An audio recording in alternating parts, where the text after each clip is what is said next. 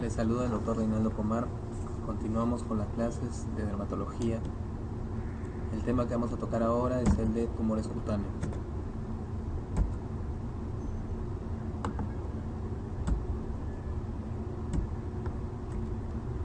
Bien, para mencionar los tumores cutáneos benignos, tenemos tumores cutáneos epidérmicos, otros derivados de los melanocitos, otros de origen mesodérmico y los linforeticulares.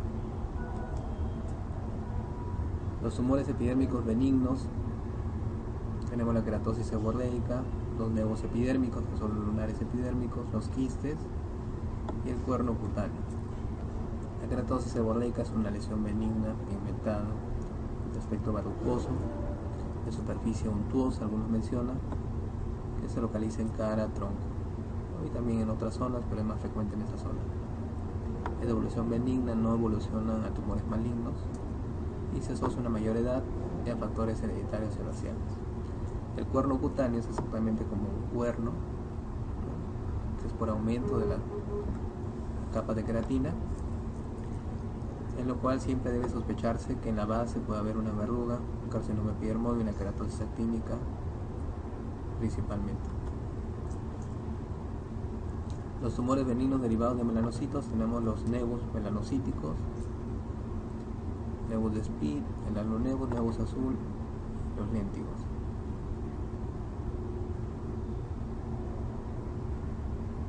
Mencionar nada más con respecto al anterior que estas lesiones, incluyendo el nevus de Smith, son lesiones benignas. En cuanto a los tumores vasculares, tenemos los hemangiomas principalmente y otros tipos de lesiones, ¿no? En cuanto a los hemangiomas, hay que mencionar que los hemangiomas son lesiones que no aparecen al nacimiento, sino aparecen en la primera o segunda semana.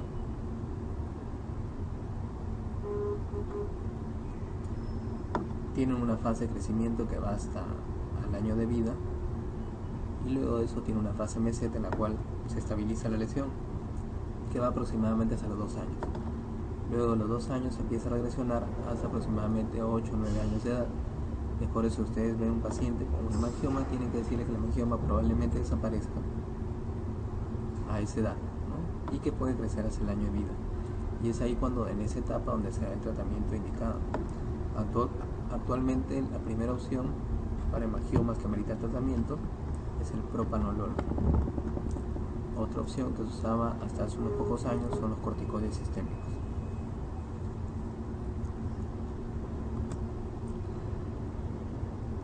Bien, tenemos dos lesiones premalignas, epidérmicas y derivadas de melanocitos. Las epidérmicas tenemos la queratosis actínica, la leucoplasia, la papulosis bowenoide, enfermedad de Bowe y eritroplasia de Queyrat. Simplemente para mencionar algunas cosas, la queratosis actínica, como ven ustedes en la figura de la izquierda, son placas con superficie costrosa blanquecina que aparecen una vez expuestas al sol. Por eso se le llama queratosis actínicas o solares, ¿no? Tienen la capacidad de evolucionar hacia un carcinoma epidermoide. Está causada es una enfermedad de Bowe, son placas eritematosas descamativas irregulares que pueden aparecer en cara y tronco, son lesiones rojas y se les considera también carcinomas epidermoides in situ. La eritroplasia de Queyrat, que aparece en zona genital, sobre todo en zona de pene, en el varón, en el glande, también se le considera un carcinoma epidermoide in situ, y la papulosis bowenoide es otra forma de lesión premaligna. Algunos también la consideran como carcinoma epidermoide in situ. En esas lesiones se ven que se presentan en el cuerpo del pene. Entonces Queyrat es en zona genital, Bowe casi siempre es extragenital.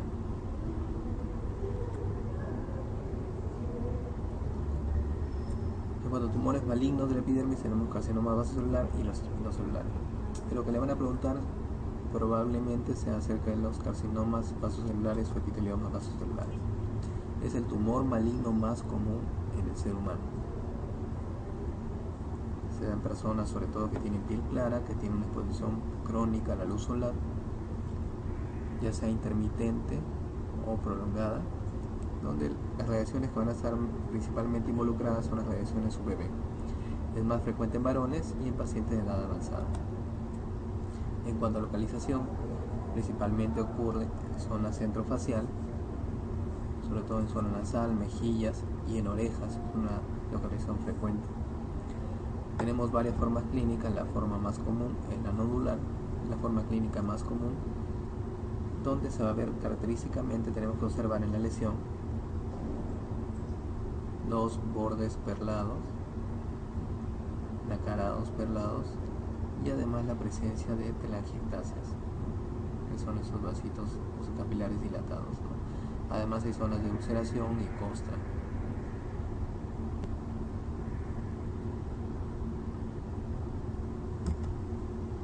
Tenemos también el carcinoma celular superficial, que más tiene un aspecto inflamatorio, es una placa en realidad, escamativa, algo eritematosa y a veces semejan placas de psoriasis. No tiene muchas veces el borde perlado típico, borde perlado, entonces acuérdense, vaso celular, borde perlado. ¿Sí? Tenemos también la variedad esclerosante, que es también llamada morfeiforme o esclerodermiforme, una placa esclerótica cuyos bordes no están bien definidos. Es más infiltrativa y es uno de los que tienen peor pronóstico. Infiltra tejido vecino y no hay unos bordes claramente definidos, ¿no? Incluso hay zonas de atrofia. Existe también un síndrome de nevos vasocelulares, también llamado síndrome de Gorlin, en la cual hay aparición desde muy pequeño, de temprana edad, de múltiples vasocelulares, ¿no? Además de otras tumoraciones no necesariamente malignas como quiste, lipoma, fibroma. Además existen depresiones palmoplantares puntiformes, ¿no? Como vemos acá en la figura. El carcinoma vasocelular, una característica que tiene, si bien es el más frecuente, es el menos invasivo. Es muy raro que dé metástasis. El tratamiento de lesión es la cirugía, dando unos márgenes de 0.5 y en las formas con peor pronóstico hasta 1 centímetro. ¿Cuáles son las formas con peor pronóstico? El esclerodermiforme o morfeiforme, el infiltrante y el vaso escamoso. La cirugía ideal es la cirugía de Mohs, ¿no? La cual se va sacando de a poco la lesión y en ese momento se hace biopsia por congelación para ver qué tanto se va avanzando. Es una cirugía larga que no se realiza acá en el Perú, por cierto. El carcinoma epidermoide, también frecuente en pieles claras, el sitio expuesto, más frecuente en varones, es menos frecuente que el vaso celular y se presenta a mayor edad que este. Se puede originar de lesiones preexistentes, como hemos visto, queratosis actínica, enfermedad de Bowen, enfermedad de Queyrat, leucoplasia, papuloso bobonoide, etc.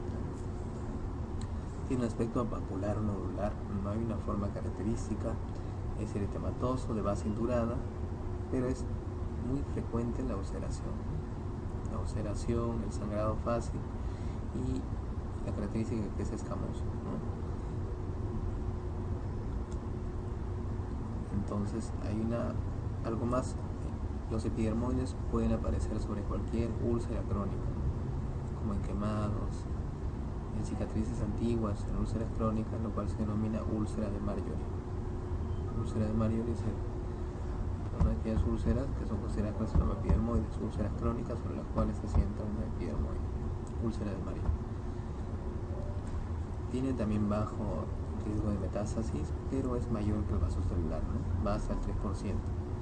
Cuando el compromiso es de mucosas o es sobre cicatrices o trayectos fistulosos, el comportamiento es más agresivo. Y en mucosas sí, porque hay mayor vascularización y la absorción y la diseminación de las células malignas es mucho más rápido. El tratamiento de lesión es el quirúrgico.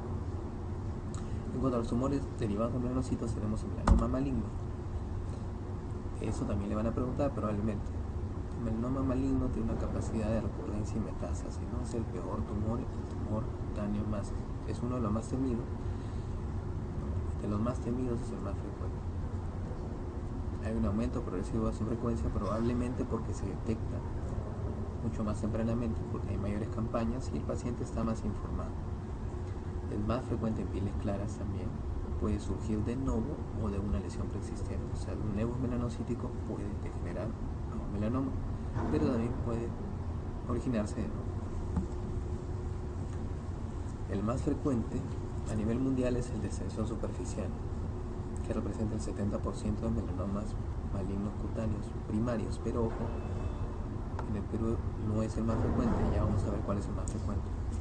Una localización frecuente es en miembros inferiores, en mujeres, y en tronco posterior en hombres. Una placa ligeramente elevada, hay una pigmentación irregular, asimetría, ¿no? Asimetría no solo en la forma, sino también en la estructura, heterogenicidad de los colores, también zonas blanco-azuladas,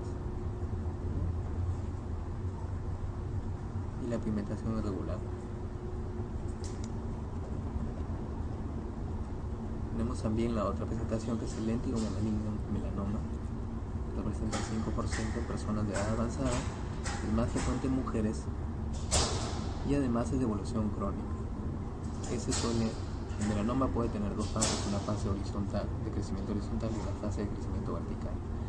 El léntigo maligno melanoma tiene una fase de crecimiento horizontal prolongada, o sea, es de evolución crónica.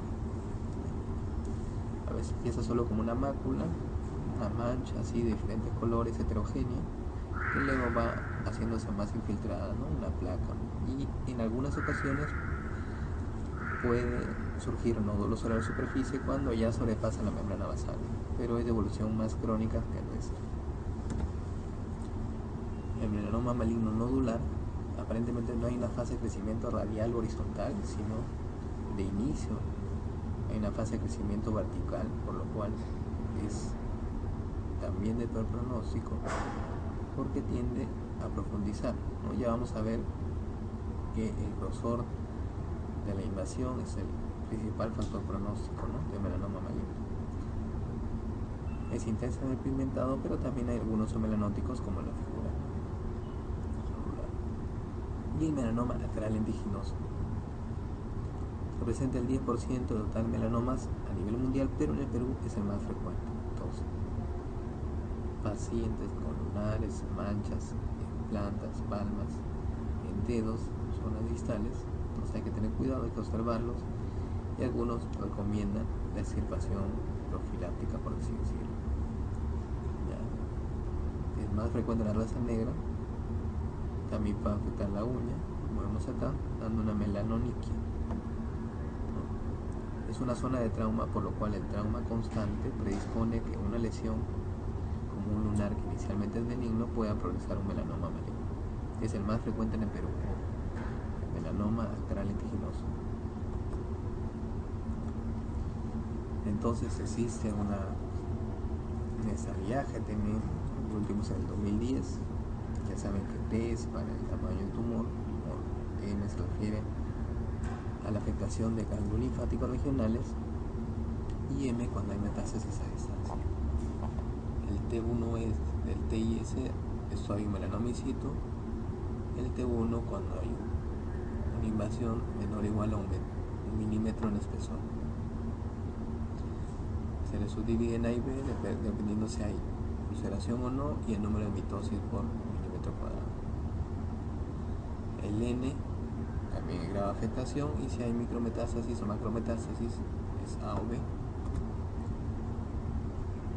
Y el M para ver la metástasis a distancia.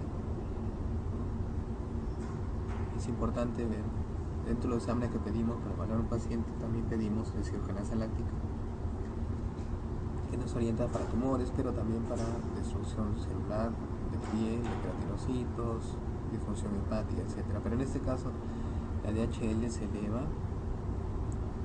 cuando, como vemos acá, cuando hay una metástasis avanzada. O sea, cuando ya encontramos un paciente con melanoma de cirugenasa láctica elevada, es porque ya el melanoma ha invadido estructuras lejanas. Estos son los niveles de CLAR famosos, antes utilizados. Ahora vamos a ver que poco se usa. Tengo 5 niveles: el 1 confinado a la epidermis in situ, el 2 cuando ya afecta a dermis papilar. La dermis se divide en dermis papilar y dermis reticular, o dermis superficial y dermis profundo. Cuando ingresa a la dermis papilar es un CLAR 2, cuando se va hasta la unión, llega a tocar la dermis reticular es un CLAR 3, cuando ocupa toda la dermis reticular es un CLAR 4 y cuando va hacia el tejido celular subcutáneo ya es un CLAR-5. Las recomendaciones, ¿cuáles son? ¿Dónde hay que tratar? El melanoma maligno. ¿Qué margen se le debe dar? Depende mucho del grosor de infiltración maligna. Cuando el grosor, el espesor es menor o igual a 1 milímetro, se puede dar hasta 1 centímetro. Cuando es in situ, incluso 0,5. Normalmente se usa 1 centímetro de margen, y cuando es más allá de 2, el margen siempre será 2. No hay mucha diferencia si le damos un margen mayor alrededor de la lesión. Cuando el tratamiento no es quirúrgico, tenemos algunas opciones como el imiquimod, la radiación, la criocirugía. En unos casos la observación, cuando ya no hay nada que hacer. Existen también los tumores malignos de origen mesodérmico, el blanquiosarcoma y el linfangiosarcoma. Dudo mucho que pregunten algo de esto, solo los menciono. Los tumores linforeticulares, acá hay que resaltar el linfoma cutáneo y el leucemia cutis. En cuanto al linfoma cutáneo, que es el cual acerca le pueden preguntar algo, deben aprenderse dos: la micosis fungoide y el síndrome de César. La micosis fungoide es el linfoma cutáneo más frecuente. Es un linfoma cutáneo de células T. Un linfoma no Hodgkin cutáneo de células T, no Hodgkin. Clásicamente tiene 3 etapas clínicas: una de mancha o parches, luego una de placa y luego una etapa tumoral. Entonces tenemos primero una fase inicial donde solo hay manchas que pueden ser hiperpigmentadas o también hipopigmentadas con menor frecuencia, pero eso también es un linfoma cutáneo. Pueden ser las máculas, a veces son ligeramente escamosas, pueden ser pruriginosas y son no palpables. Luego evolucionan ya a placas, ya se pueden palpar, puede haber descamación, pueden incluso simular lesiones de psoriasis. Pueden aparecer de nuevo también, no necesariamente progresar de máculas, y tienen un color rosado, violeta o incluso parduzco o bruno. Y por último evoluciona la placa tumoral, a la etapa tumoral. Vemos que sobre una placa ha crecido acá un nódulo, que tiene una forma de domo, es lo característico, y puede tener un color violáceo rojo. Con histología también varía dependiendo del estadio. El infiltrado va a ser mucho más profundo mientras más notorio es, más nodular se hace el infiltrado. En la histopatología es más profundo. Los linfocitos también se van a ver más atípicos, y en la etapa tumoral.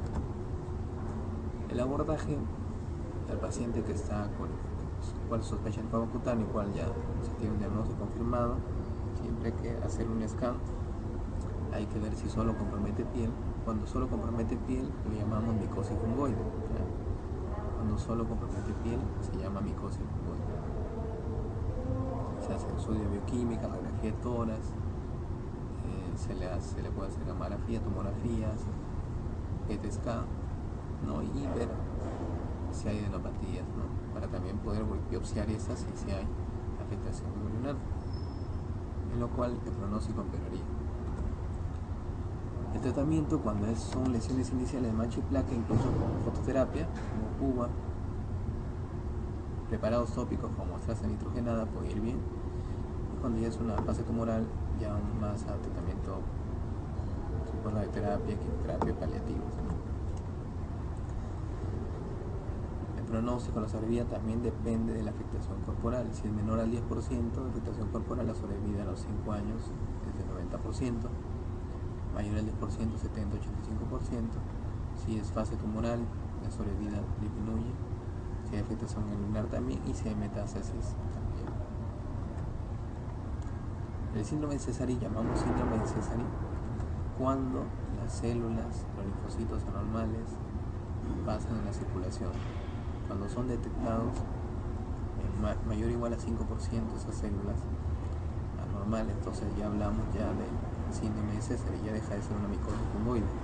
Y normalmente clínicamente lo que se evidencia es una eritrodermia, o sea, un eritema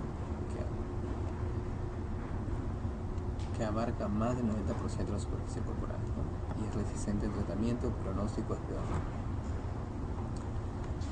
Bien, entonces lo que hemos repasado, en lo que hay que tomar mayor atención es al vaso celular, al melanoma maligno y al linfoma cutáneo, ¿no? Vamos a ver algunas preguntas al respecto.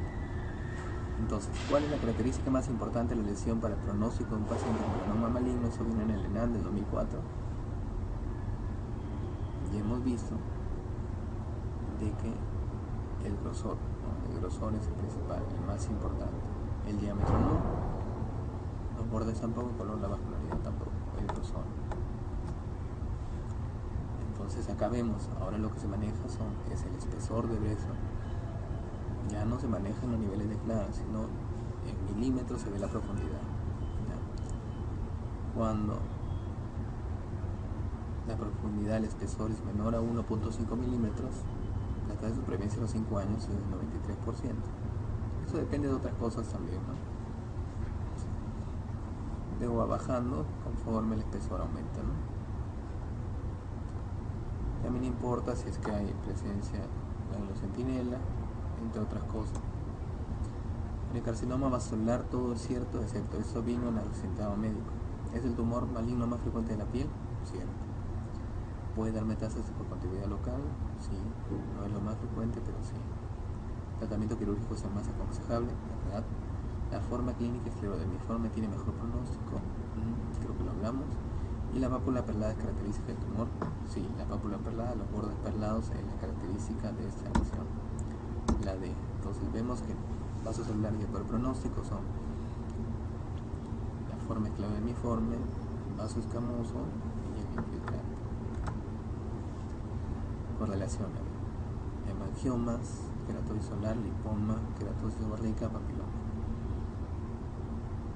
El hemangioma es común en la infancia, ¿no? Aparece en las primeras semanas de vida. Si está presente al nacimiento, hablamos de una malformación vascular. Los hemangiomas congénitos, los que aparecen a la primera hora de vida, que ya nacen con el niño, son poco frecuentes. Lo más común es que el hemangioma aparezca en la primera, segunda semana de vida. Recién aparece ahí la lesión vascular. La queratosis solar, entonces dijimos que puede evolucionar un carcinoma, queratosis solar o queratosis actínica puede evolucionar un carcinoma epidermoide. Por eso que se relaciona con la 4 que dice, en un 20% se torna invasivo, ¿no? La C, lipoma, es un nódulo sintomático, ¿sí? Es una tumoración donde hay proliferación de tejido solar subcutáneo, pero es benigna. La D, queratosis seborreica, es una lesión pigmentada verrucosa, ¿no? De superficie obtusa. Y la E, los papilomas o fibromas blandos, acá más quiere decir esa pregunta, fibromas blandos o acrocordones, están ubicados preferentemente en cuello y axila.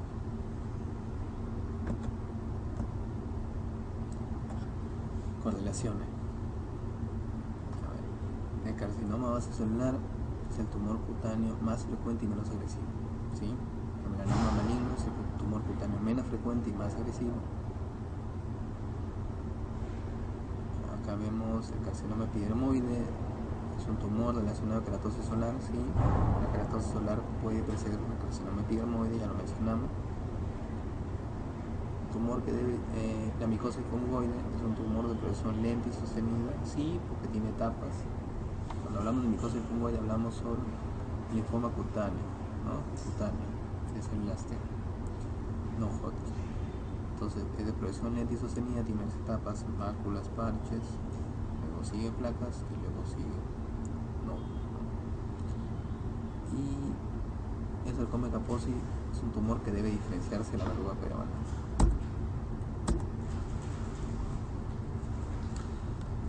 Hablando un poquito del sarcoma de Kaposi, es una neoplasia dependiente de células endoteliales linfáticas, ¿no? O también vasculares, pero principalmente linfáticas, es lo que mayormente se acepta. Es una proliferación entonces neoplásica dependiente de células endoteliales. Hasta ahí estamos claros. Afecta preferentemente a hombres homosexuales, sí, más frecuentes pacientes, y también tiene una incidencia alta en pacientes VIH positivos. En la patogénesis involucraba el virus herpes 8, ¿no? En el 80-90% de los casos se ha detectado este virus. Entonces, con respecto a la pregunta anterior, si por ejemplo es una lesión de bartonelosis, ¿no? Un nódulo, y vemos que el sarcoma Kaposi presenta también etapas, como no necesariamente etapas, presenta varias formas clínicas, a veces se suceden una tras otra, como una micosis fungoide, ¿no? Pueden haber lesiones maculares, que pueden comprometer simplemente zonas aisladas o casi todo un miembro, no sin las formas tipo placa, ¿no? Una característica esencial en el sarcoma Kaposi siempre hay que buscar lesiones en mucosa, a veces sola afectación de mucosa, sobre todo en paladar. Paladar, hay que buscar siempre paladar. Luego puede desarrollar una forma tumoral que puede ser similar a la de la bartonelosis, ¿no? Entonces sí hay que diferenciar. Entonces, ¿qué zonas tenemos que ver para buscar lesiones de un Kaposi? Mucosa oral, sobre todo paladar, y también las zonas plantares, ¿no? Es una localización frecuente. En miembros inferiores también, en piernas. Vamos a ver que existen 4 variantes de sarcoma, 4 variantes. Tenemos la forma clásica, que aparece en pacientes mayores en la sexta década, sobre todo en los descendientes mediterráneos y judíos, y la localización es en piernas, ¿no? Infrecuentemente puede aparecer lesiones a nivel extracutáneo. Es frecuente que solo afecte la parte cutánea, y la sobrevida del paciente puede vivir décadas, muchos años. Existe la otra variedad, que es el endémico o africano, En las personas más jóvenes aparece también en extremidades y hay compromiso ganglionar con frecuencia, ¿no? La sobrevida es menor de meses o años. El otro que tenemos, el epidémico asociado a VIH. La edad de presentación es variable. El grupo de riesgo, entonces, hombres infectados con VIH, ¿no? Sobre todo homosexuales. Localización, entonces acá ya cambia la localización, cefálica, oral y visceral. Hay compromiso visceral. Es frecuente que se afecten otros órganos como pulmones, sistema gastrointestinal, ganglionar, médula. La sobrevida es menor, aunque la sobrevida ha aumentado ahora con la terapia targa, ¿no? Tratamiento antirretroviral de gran actividad mejora el Kaposi, ¿no? Entonces la sobrevida se aumenta. En un paciente que no recibe tratamiento, la sobrevida es corta. Si el paciente no responde a targa, entonces se puede agregar quimioterapia. Y existe la otra variante, que es el sarcoma Kaposi iatrogénico en los que son receptores de trasplante. Los receptores de trasplante, por la inmunosupresión, pueden desarrollar un Kaposi. El tratamiento puede ser local, sistémico, experimental. Local, incluso la crioterapia, láser, la terapia ha dado buenos efectos. Con tratamiento sistémico se puede usar la quimioterapia, la doxorubicina es uno de los que más se usa, y han habido otras terapias que se están probando.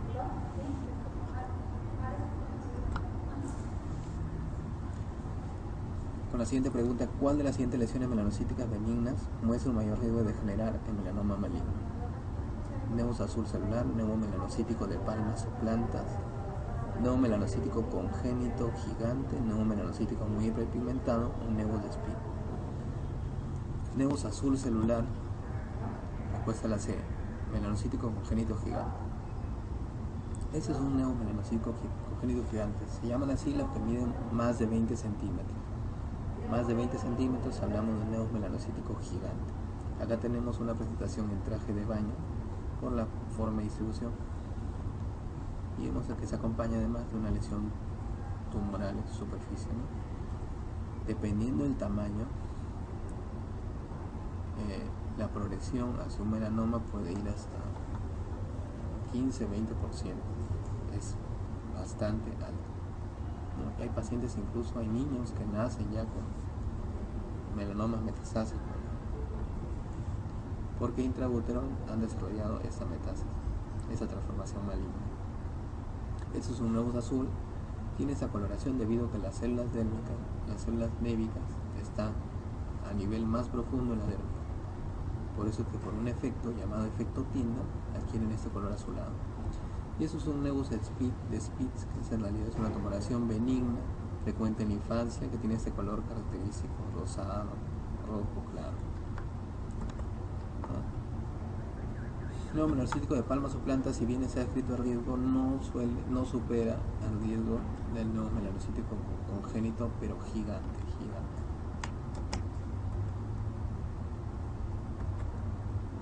La enfermedad de Bowen hemos visto ya que Bowen, que IRAD, las leucoplasias, queratosis actínicas, quelitis actínicas, son enfermedades premalignas, y la enfermedad de Bowen y IRAD ya se consideran carcinomas epidermoides in situ. Entonces acá la respuesta sería la B. ¿Cuál de los siguientes procesos linfoproliferativos corresponde al linfoma del linfocito T? Ya hemos visto que es la micosis fungoide. ¿Cuál sería el tratamiento quirúrgico de elección para una lesión cutánea en región deltoidea con anatomía patológica de melanoma maligno CLAR4 y Breslow 1.92? CLAR4, que ya cogió toda la dermis hasta la dermis reticular, un Breslow de 1.92, ¿no? Ya tiene una profundidad más o menos importante. En realidad es una infiltración ya importante. Es una pregunta de MIR, es una pregunta compleja.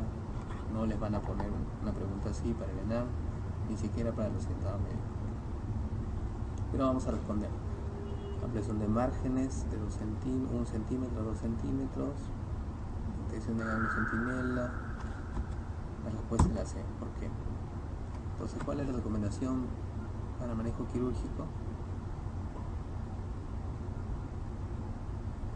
No, vemos, resumiendo esto, luego lo pueden revisar, es que acá vimos que cuando el melanoma in situ el margen va hasta 1 centímetro. Cuando es entre 1 y menor de 2, entonces el margen puede ir de 1 a 2 centímetros, ¿no? Más de 2, el margen se le da de 2 centímetros. Los pacientes que ya tienen 1.92, entonces bien puede escogerse, con mayor seguridad, un margen de 2 centímetros. Ahora, ¿cuándo debe hacerse el ganglio centinela? Ustedes acuérdense cuando la profundidad del espesor sea mayor de 1 milímetro. No está recomendado para pacientes con melanoma in situ y aquellos que tengan un T1A. O sea, cuando el espesor sea menor de 1 milímetro, menor o igual de 1 milímetro, no es recomendado la biopsia de ganglio centinela. En ese caso, el paciente tiene una infiltración de 1.92, un grosor de 1.92, un espesor de 1.92 por Breslow. Entonces, vamos a ampliar los márgenes a 2 centímetros y vamos a hacer detección en ganglio centinela, ¿no? Para biopsia. ¿Cuál de las siguientes entidades representa ya o puede evolucionar hacia un carcinoma epidermoide cutáneo? Queratosis seborreica no, es una lesión benigna, quelitis actínica, quelitis granulomatosa, nódulo displásico, léntigo maligno. De los que puede evolucionar un epidermoide cutáneo, el nódulo displásico y el léntigo maligno evolucionarían hacia un melanoma maligno. La quelitis granulomatosa no, la queratosis seborreica tampoco, la quelitis actínica sí. Más frecuente en el labio inferior y se debe a una exposición prolongada, no tanto prolongada, puede ser prolongada, exposición intermitente, pero es por daño solar, ¿no? Por daño solar crónico. Y esto inicialmente es una displasia que luego evoluciona hacia un carcinoma epidermoide in situ y luego un carcinoma epidermoide metastásico.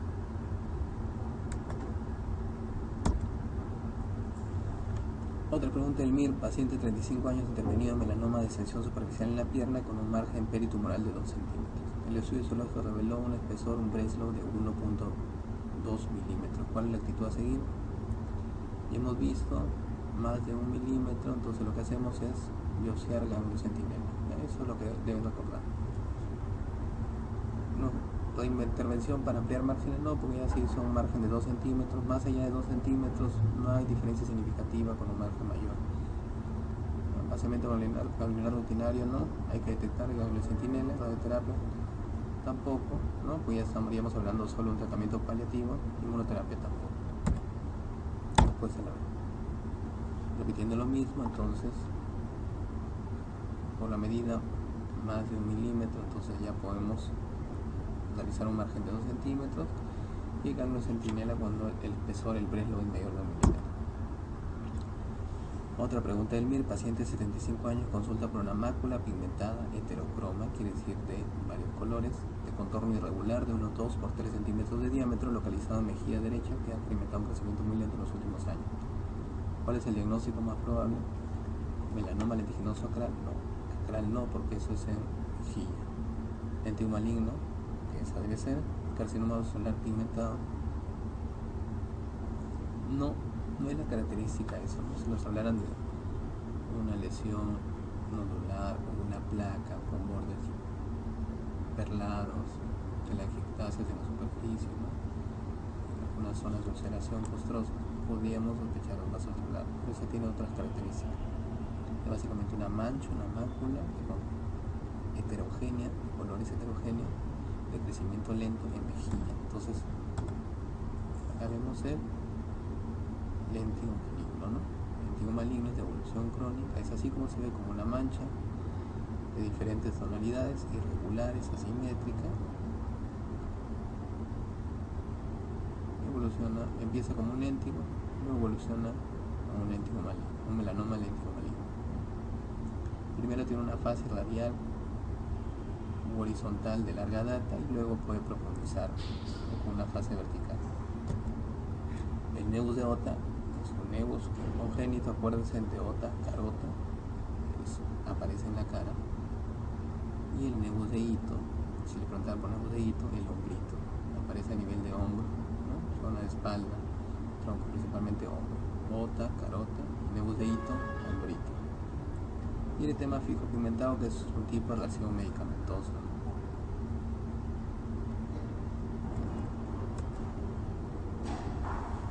La radioterapia es un componente del tratamiento curativo de los siguientes tumores, excepto en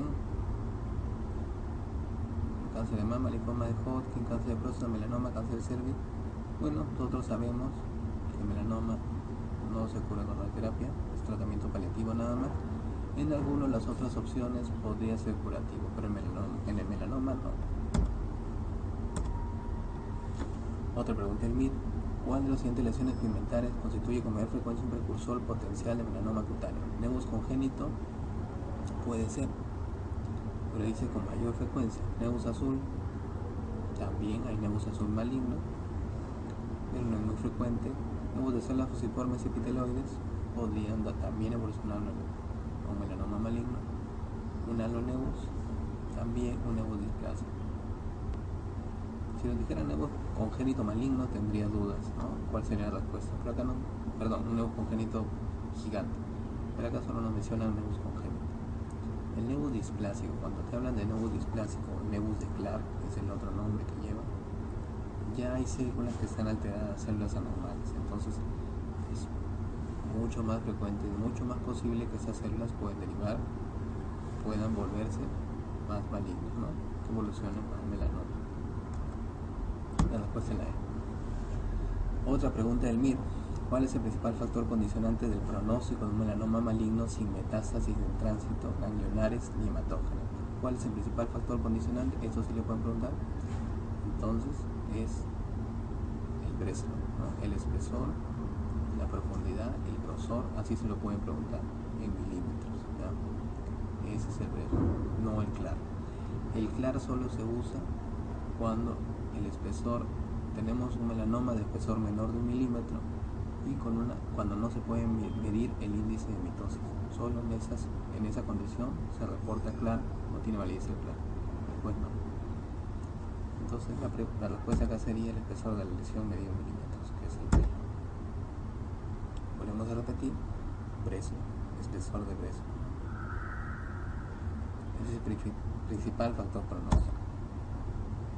Pregunta del MIR. Enfermo de 50 años que refiere que hace unos 5 años le aparecen en distintas zonas de la superficie cutánea placas eritematosas, algunas con ligera descamación y picor. Posteriormente le aparecen de forma sucesiva placas infiltradas eritematosas y en los últimos meses lesiones tumorales de gran tamaño, algunas ulceradas. ¿Cuál de los diagnósticos a continuación se enumeran es el más correcto? Entonces vemos una progresión de lesiones que se van infiltrando, que tienen larga data en un paciente mayor. Entonces estaría pensando en una micosis fungoide, en linfoma cutáneo de células T.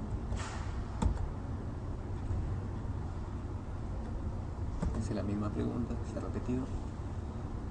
Otra pregunta: un hombre de 60 años que presenta unas placas eritematosas en el tronco es diagnosticado de micosis mongoide.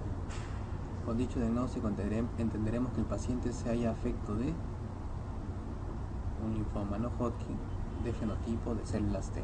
Ya lo sabíamos. Paciente 22 años acude a urgencias en shock anafiláctico, posiblemente después de tomar jarabe para la tos. Ha hecho una reacción severa por medicamentos, no presenta antecedentes personales de interés. Y a la exploración se aprecian lesiones maculosas marronáceas no descamativas y generalizadas de 1 a 2 centímetros de diámetro, que en zonas de roce están elevadas, más eritematosas y pruriginosas. Al ser interrogado, indica que han ido apareciendo y progresando en los 10 últimos años que enfermedad presenta este paciente. Entonces, acá hay algunos datos claves que nos van a servir para llegar al diagnóstico. Es una pregunta del MIR, pero hay algunos datos que se pueden rescatar para los exámenes nacionales. Primero, el antecedente de haber hecho una reacción, en este caso una reacción medicamentosa. Lo otro es que presenta unas lesiones maculosas, marrones, y en zonas de roce hay lesiones más eritematosas y pruriginosas. Eso se puede traducir como lesiones abonosas o urticariformes. Entonces acá estamos hablando de una mastocitosis. La mastocitosis puede ser una mastocitosis cutánea, que es lo más frecuente. También existe mastocitosis sistémica y la llamada mastocitosis maligna, que es una leucemia mastocítica. Dentro de la mastocitosis cutánea, la forma más frecuente es la urticaria pigmentosa, como la que les presento acá en imagen. Existe también mastocitosis solitarias y mastocitosis difusa. Entonces acá va a haber una proliferación de mastocitos, en los cuales va a haber degranulación y liberación de histamina. Es por eso que el paciente presentó un shock anafiláctico con medicamento. Hay factores favorecedores de esta degradación. Tenemos estímulos físicos, fármacos, como en el caso del paciente, y otros más, ¿no? Otro dato importante es el hecho que mencionaba que en zonas de roce había lesiones más elevadas y pruriginosas. Eso se conoce como signo de Darrier, ¿no? Al roce de las lesiones se vuelven más rojas y abonosas, ¿no? Vamos a ver más adelante una figura. En esta de acá se encuentra usted un paciente que le envían con la sospecha de padecer por la historia clínica de la exploración física, especialmente en lesiones cutáneas, una mastocitosis sistémica. Acá ya nos dan el diagnóstico. Nos mencionan qué prueba debe realizarse para confirmar el diagnóstico. Búsqueda del signo de Darrier, que es la producción de abones y eritema tras la manipulación digital de una lesión cutánea. Una gastroscopía diagnóstica de ulcus gastroduodenal. Repetición seriada de los niveles de histamina sanguínea, biopsia de médula ósea y biopsia de lesión cutánea. Cuando hablamos de una mastocitosis sistémica, las lesiones cutáneas son poco frecuentes. Vamos a ver más afectación extracutánea, principalmente médula ósea, ¿no? Entonces acá tiene mayor validez la biopsia de médula ósea. Ahora, si hablamos de una mastocitosis cutánea, el signo de Darrier, que es este de acá, que vemos la aparición de abones y enrojecimiento cuando tenemos una lesión, al rascar, al roce de una lesión, se presenta en el 90% de los casos. Entonces, si nos preguntaran el signo más frecuente, ¿qué nos daría el diagnóstico de una mastocitosis cutánea?, mencionaríamos el signo de Darrier. Pero la pregunta nos hace referencia a una mastocitosis sistémica. Entonces acá tiene mayor validez la biopsia de médula ósea. Bien, esas son todas las preguntas. Cualquier consulta pueden hacerla a mi correo personal. Muchas gracias.